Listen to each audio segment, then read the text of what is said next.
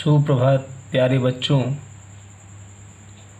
हम सब ने पहले वीडियो में कक्षा 11 कला वर्ग विषय हिंदी के काव्य खंड का प्रथम पाठ कबीरदास जी द्वारा रचित साखी के लगभग 2 पदों का अध्ययन कर लिया था। आज हम सब उसके आगे के पदों का संदर्भ सहित व्याख्या करेंगे। प्रस्तुत दोहा छंद है। दीपक दिया तेल भरी, बाती दई अघट, पूरा किया बिसाहुड़ा, बहुरी न आवो हट। प्रस्तुत दोहा छंद संत कबीरदास जी द्वारा रचित साखी शीर्षक से अवतरित है। प्रस्तुत दोहा छंद में संत कबीरदास जी ने यह बताया है कि गुरु से ज्ञान प्राप्त कर जीवात्मा इस संसार के आवागमन का अर्थ क्या है? जन्म मरण के चक्र से छुटकारा प्राप्त कर लेती है। अतः कबीरदास जी कहते हैं कि दीपक दिया तेल भरी। दीपक का अर्थ यहाँ पर है ज्ञान का दीपक। तेल का अर्थ है भक्ति या ईश्वरीय प्रेम। अघट का अर्थ है अक्षय। बिसाहुड़ा का अर्थ है क्रय विक्रय। तो यहाँ पर क्रय विक्रय का तात्पर्य क्या है? जन्म मरण का चक्र। जन्म मरण का चक्र। बहुरी का अर्थ है फिर। हट का अर्थ है बाजार। कबीरदास जी कहते हैं कि मेरे सतगुरु ने मेरे शरीर रूपी दीपक में, तो यहाँ पर दीपक का अर्थ क्या समझेंगे आप? शरीर नहीं बल्कि क्या समझेंगे? ज्ञान। ये तो अर्थ वाक्य को बनाने के लिए हम यहाँ पर आपको ज्ञान न कहकर शरीर कह रहे हैं कि उस मेरे सतगुरु ने मेरे शरीर रूपी दीपक में ईश्वरीय प्रेम रूपी तेल भर दिया है। ईश्वरीय प्रेम रूपी तेल भर दिया है और उसमें कभी समाप्त न होने वाली ज्ञान की अक्षय बत्ती भी डाल दी है। कभी समाप्त न होने वाली ज्ञान की अक्षय बत्ती भी डाल दी है। अर्थात गुरु की कृपा से जो हमें ज्ञान प्राप्त हुआ या ज्ञान के प्रकाश का उदय हुआ, उससे समस्त सांसारिक वासनाएं क्या हो गई? समाप्त हो गई। गुरु की कृपा से जो हमें ज्ञान का प्रकाश हुआ, उससे हमारी सांसारिक वासनाएं क्या हो गई? समाप्त हो गई। अर्थात जीवात्मा कर्म बंधन से बिल्कुल क्या हो गया?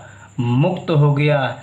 इसलिए पूरा किया बिसाहुड़ा, बहुरी न आवो हट।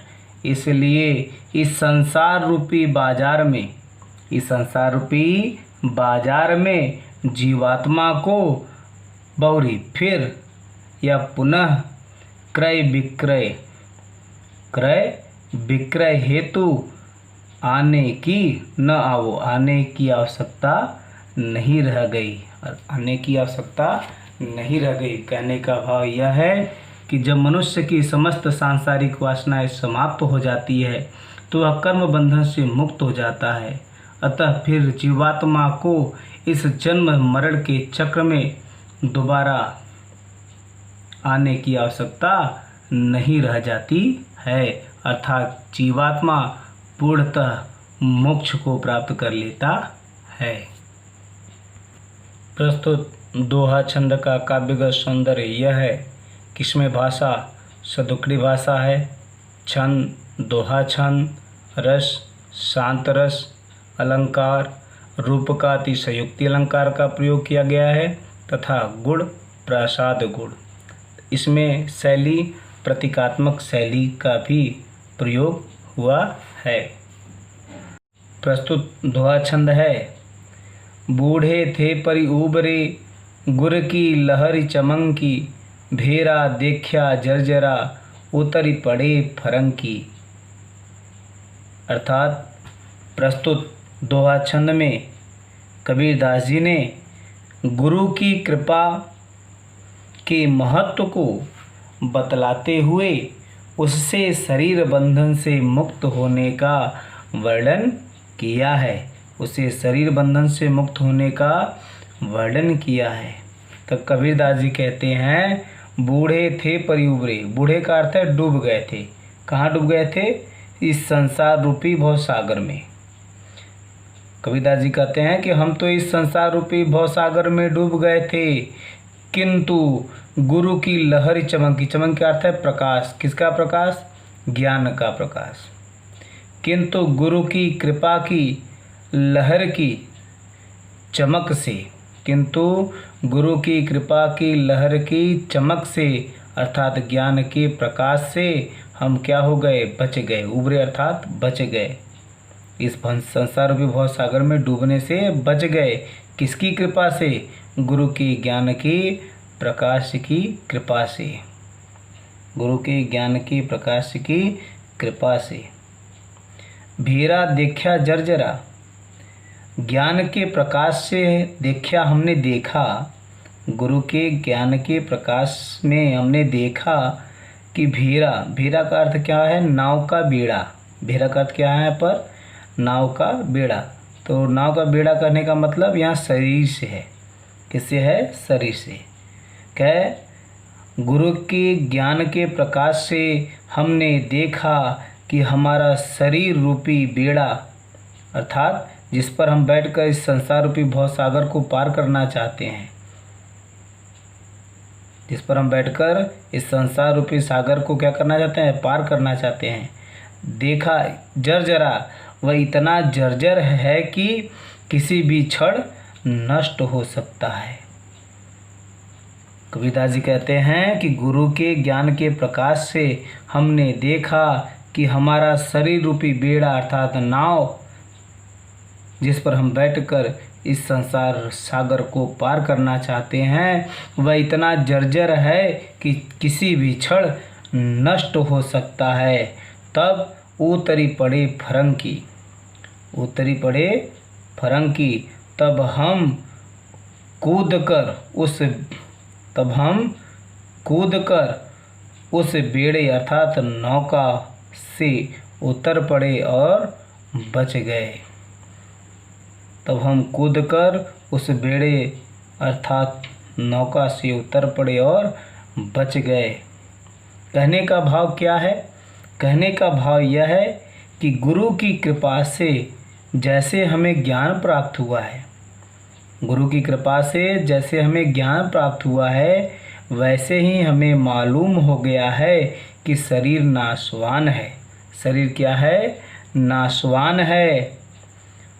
और तब हमने अपने शरीर का मोह क्या कर दिया? छोड़ दिया। अपने शरीर का मोह क्या कर दिया? छोड़ दिया। प्रस्तुत दोहा छंद का काव्यगत सौंदर्य है। भाषा सदुक्कड़ी भाषा, छंद दोहा छंद, रस शांत रस, अलंकार रूप का अतिशयोक्ति अलंकार, गुण प्रसाद गुण का प्रयोग हुआ है। अगला दोहा छंद है। चिंता तव हरि नाव की और न चिंता दास, जे कछु चितवे राम बिन सोई काल की पास।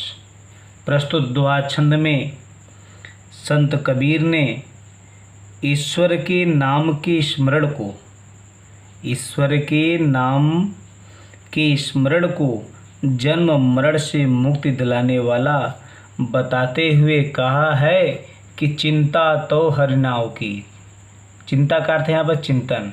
हरिनाव अर्थात हरि का अर्थ है परमात्मा, नाव का अर्थ है नाम। कबीरदास जी कहते हैं कि मुझे सिर्फ हरि नाव, हरि अर्थात ईश्वर के नाम का चिंतन रहता है। मुझे तो सिर्फ ईश्वर के नाम का चिंतन रहता है। उस ईश्वर के नाम के चिंतन के अतिरिक्त मुझ दास को और किसी भी बात की कोई चिंता नहीं रहती। मुझे तो सिर्फ ईश्वर के नाम का चिंतन रहता है और उस ईश्वर के नाम के चिंतन के अतिरिक्त मुझ दास को किसी और बात की कोई चिंता नहीं रहती है। क्यों? क्योंकि जे कछु चितवे राम बिनु। यदि कोई व्यक्ति कोई व्यक्ति राम बिन, राम के अतिरिक्त चितवे, जे कछु का अर्थ है अन्य, किसी अन्य विषय आदि का चिंता करता है, राम को छोड़कर राम के अतिरिक्त किसी अन्य विषय की चिंता करता है, तो वह उसके लिए काल की पास का अर्थ है बंधन, काल के बंधन के समान हो जाता है। कबीरदास, एक बार पुनः ध्यान दीजिए, कबीरदास जी कहते हैं कि मुझे तो सिर्फ केवल ईश्वर के परमात्मा के नाम का ही चिंतन है। इसके अतिरिक्त मुझ दास को और किसी चिंता की आवश्यकता नहीं है, क्योंकि वह भली भांति जानता है राम के अतिरिक्त किसी अन्य विषय आदि का चिंतन किया तो वह उसके लिए मृत्यु के बंधन के समान होगा। प्रस्तुत दोहा छंद में काव्यगत सौंदर्य यह है: भाषा सदुक्कड़ी भाषा, अलंकार रूपक अलंकार, रस शांत रस, गुण प्रसाद गुण का प्रयोग हुआ है।